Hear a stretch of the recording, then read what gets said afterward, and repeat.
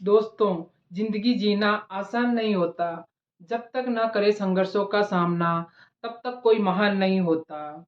और जब तक चोट ना पड़े पत्थर पर, तब तक कोई भगवान भी नहीं होता। तो मेरे प्यारे साथियों, ये एक छोटी सी कहानी है जो कि हमें बहुत ही मोटिवेट कर सकती है।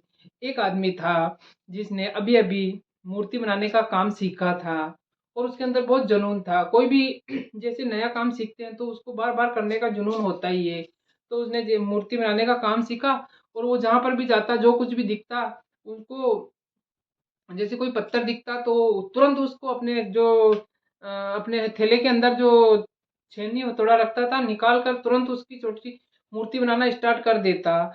तो इसी प्रकार वो जहाँ कहीं भी जाता, रास्ते में कहीं पर भी कोई पत्थर दिखता तो वो मूर्ति बनाना लग जाता, क्योंकि उसके अंदर से बहुत इच्छा होती थी, क्योंकि ये नया नया काम उसने सीखा था। तो इसी प्रकार एक बार वो किसी जंगल से जा रहा था, तो उसे एक बहुत बड़ा सा पत्थर दिखा। तो उसके मन में इच्छा जागृत हुई कि मैं इसकी मूर्ति बनाता हूँ। तो वहाँ पे बैठा और अपने थैले में से छेनी हथौड़ा निकाल कर उस पत्थर पर चोट करने लगा और सोचा कि इसकी मैं एक प्यारी सी मूर्ति बनाऊंगा। तो जैसे इसने चोट की तो उसको ऐसे दर्द भरी आवाज आने लगी कि मुझे दर्द हो रहा है, दर्द हो रहा है। तो उन्होंने चारों तरफ देखा उसने, लेकिन उसको कुछ दिखाई नहीं दिया। फिर वो वापस उसको मूर्ति बनाने की कोशिश करने लगता है और उस पे वापस चोट पटकता है। तो उसके अंदर वापस आवाज़ लगने आने लग जाती है कि मुझे दर्द हो रहा है, मुझे दर्द हो रहा है।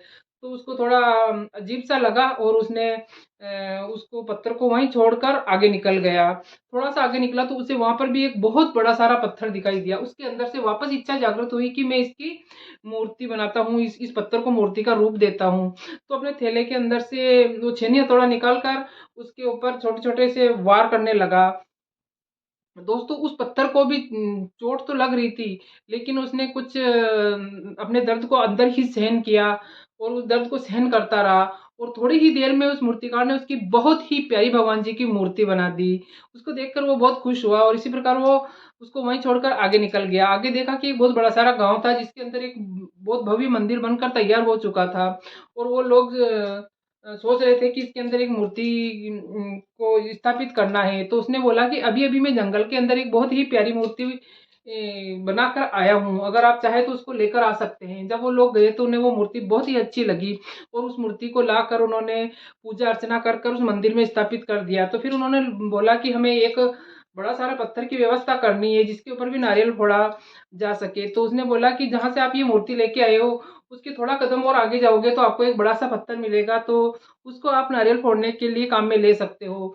तो वहाँ वो गए और उस पत्थर को लाकर उस मंदिर में नीचे की साइड में स्थापित कर दिया और उसके ऊपर लोग नारियल फोड़कर उस मूर्ति पर चढ़ाने लगे और कुछ ही टाइम में वहाँ बहुत सारे लोग आने लगे और उस जो भगवान की जी की मूर्ति बनी हुई थी उसकी तो सब पूजा अर्चना करते, माला पहनाते और भोग लगाते और उसके ऊपर पत्थर के ऊपर नारियल फोड़ते।